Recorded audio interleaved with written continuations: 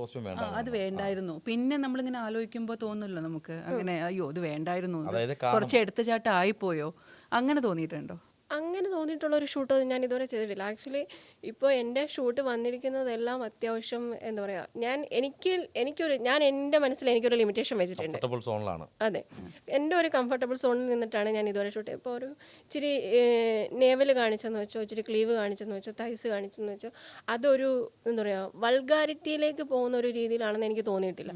ഞാനൊരു വൾഗറായിട്ടൊരു ഷൂട്ട് ചെയ്തു എന്നെനിക്ക് തോന്നിയിട്ടില്ല. അതേസമയം എന്നെ കഴിഞ്ഞ ഒരു ഇൻ്റർവ്യൂവിൽ സംബന്ധിച്ച് ബിക്കിനി ചെയ്യുമോ, ബിക്കിനി ഇട്ടിട്ടുള്ള ഷൂട്ട്, അത് എന്നെ സംബന്ധിച്ചിടത്തോളം കുറച്ച് പിന്നെ ആ ഒരു സമയത്ത്, കാരണം വണ്ണം ഉണ്ടായിരുന്ന സമയത്ത് എനിക്ക് തോന്നിയിട്ടുണ്ട് ഈ ബിക്കിനിയൊക്കെ ഇട്ട് എന്നെ ഞാൻ സങ്കല്പിച്ച് നോക്കിയിട്ടുണ്ട്. പക്ഷെ ആ സമയത്ത് അത് ചെയ്തായിരുന്നെങ്കിൽ ഹസി ഇപ്പോൾ ഇവിടെ ഇങ്ങനെ ഒരു ഇന്റർവ്യൂ ഞങ്ങൾക്ക് കിട്ടില്ലായിരുന്നു. കാര്യം വെച്ചാൽ കുറച്ചും കൂടെ റേഞ്ച് മാറി, സീരിയസ്ലി പറഞ്ഞാണ്, വേറെ ലെവലിലേക്ക് മാറി. ഒരിക്കലും ഇല്ല, കാരണം ഞാൻ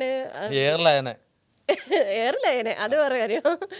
ഞാൻ എന്നെ തന്നെ ഇപ്പോൾ എനിക്കൊരു കോസ്റ്റ്യൂം കിട്ടുമ്പോൾ ഞാൻ എന്നെ തന്നെ ആ കോസ്റ്റ്യൂം നോക്കിയിട്ട് ഞാൻ ഈ കോസ്റ്റ്യൂം ഇട്ടാൽ എത്രമാത്രം സ്യൂട്ടബിൾ ആവും എന്ന് ഞാനിങ്ങനെ നോക്കാറുണ്ട്. ഇപ്പോൾ എനിക്ക് ആ കോസ്റ്റ്യൂം പറ്റുന്നതാണോ, ഈ കോസ്റ്റ്യൂം ഞാൻ പറ്റത്തില്ലെങ്കിൽ ഞാൻ അവരോട് തന്നെ പറയും, ഫോട്ടോഗ്രാഫേഴ്സിനോട്. ഇപ്പോൾ എനിക്ക് ഏറ്റവും കൂടുതൽ ഇപ്പോൾ വരുന്നത്, ഞാനിപ്പോൾ ഫോട്ടോഷൂട്ട് നിർത്തിയിട്ട് ഏതാണ്ട് 1 വർഷമായി.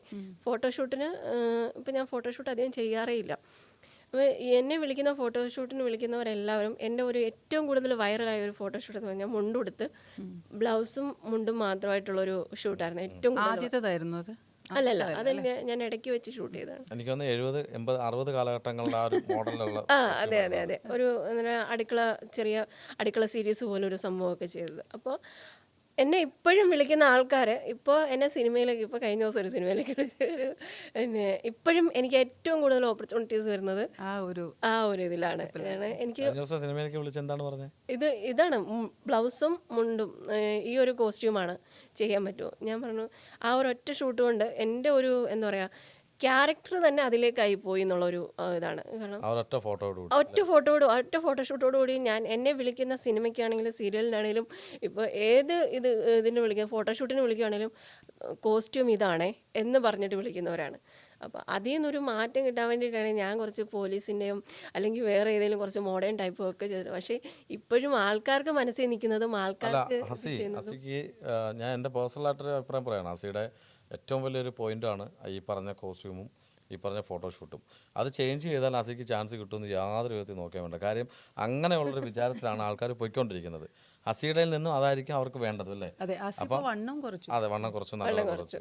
പക്ഷെ അതിലേക്ക് വരണം, അത് കാണിച്ചുകൊണ്ട് തെറ്റൊന്നും പറയില്ല. അതൊരു സിനിമയാണ്, കലയാണ്, നമുക്ക് ചെയ്യേണ്ട കാര്യമെന്നല്ല പറയുന്നത്. നമ്മളെ ഇപ്പോൾ ആർട്ടിസ്റ്റുകളെ എടുത്ത് നോക്കുകയാണെങ്കിൽ ഇപ്പോൾ ഒരാൾ ഒരു റോൾ ചെയ്തു, ആ റോൾ ചെയ്ത് കഴിഞ്ഞാൽ അവരെ പിന്നെ ആ ഒരു ക്യാരക്ടറൈസ് ചെയ്തെന്ന ഒരു സംഭവമാണ്. അതുപോലെയുള്ള ഒരു സിമിലാരിറ്റി ഉള്ള കുറേ ക്യാരക്ടേഴ്സ് ആർക്കും അവർക്ക് വീണ്ടും വരിക. അപ്പോൾ അതേ ഒരു ടൈപ്പാണ് എൻ്റെ കാര്യത്തിൽ സംഭവിച്ചത്. ഈ ഒരു കോസ്റ്റ്യൂം വന്നപ്പോഴത്തേക്കും ആ കാറ്റഗറൈസ് ചെയ്ത് ആ ഇടയ്ക്ക് ഹസിയുടെ കോസ്റ്റ്യൂം എന്ന് പറഞ്ഞാൽ അങ്ങനെയുള്ള ഫോട്ടോഷൂട്ടാണ് വന്നിട്ടുള്ളത്. നേരെയുള്ള ഫോട്ടോഷൂട്ട് മീൻസ് സാരി ഉടുത്തതോ അല്ലെങ്കിൽ ചുരിദാറിട്ടോ ഒന്നും വന്നിട്ടില്ല. ഈ ക്ലീവേജും അതിങ്ങനെ കാണിച്ചിട്ടുള്ള സംഭവങ്ങൾ വന്നിട്ടുള്ളൂ. അപ്പോൾ അതുകൊണ്ടായിരിക്കാം ആൾക്കാർ അങ്ങനെ എക്സ്പെക്ടേഷൻ വരുന്നത്. അതുകൊണ്ടൊരു കാര്യം ചോദിക്കട്ടെ, എത്ര പെഗ് അടിക്കും ഒരു ദിവസം? അയ്യോ, അത് ഞാനൊരു കള്ളു കുടിക്കുന്ന കേട്ടിട്ടുണ്ട്. അതുകൊണ്ടാണ് അല്ലേ കള്ളു കുടിക്കുന്നത് വെച്ചാൽ അതൊരു തമാശ രൂപേണ. കാരണം ഞാൻ ഒരു ഇൻ്റർവ്യൂവിൽ പറഞ്ഞൊരു കാര്യമാണ്. അത് എൻ്റെ ചെറുപ്പത്തിലെ വാപ്പയുമായിട്ട് വാപ്പ ഞങ്ങളെ ബാർ ഹോട്ടലിൽ ഫുഡ് കഴിക്കാൻ കൊണ്ടുപോകുന്ന സമയത്ത് വാപ്പയുടെ ഒരു ഫേവറേറ്റ് ഒരു ഹോട്ടലുണ്ട്, പാലാഴി എന്ന് പറഞ്ഞാൽ പത്തനാപുരത്ത്. ആ ഹോട്ടലിൽ ഫുഡ് കഴിക്കാൻ പോകുമ്പോൾ വാപ്പയ്ക്ക് മാത്രം വലിയ കുപ്പി വാങ്ങിച്ചിട്ട് ഞങ്ങൾക്ക് ചെറിയ അപ്പോൾ ആ സമയത്ത് ഞാൻ വാപ്പയോട് വഴക്കുണ്ടാക്കും. അങ്ങനെ ഞാൻ പറഞ്ഞതെന്ന് വെച്ചാൽ ഒരു 5-6 വയസ്സ്, ആ ഒരു 3-4-5 വയസ്സ് ആ സമയം തൊട്ട് വാപ്പ എനിക്കാണെങ്കിൽ ഈ ചെറിയ അതിൻ്റെ അടപ്പിൽ അന്ന് നീളമുള്ള ബിയർ എനിക്ക് ഒഴിച്ചു തന്നെ. പക്ഷെ പുള്ളിക്കാരൻ വിചാരിച്ചത് എന്താണെന്ന് വെച്ച് കഴിഞ്ഞാൽ അതിൻ്റെ ചവർപ്പ് കാരണം ഞാനത് കുടിക്കാതിരിക്കുമെന്നൊക്കെയാണ്. പക്ഷെ ഞാനത്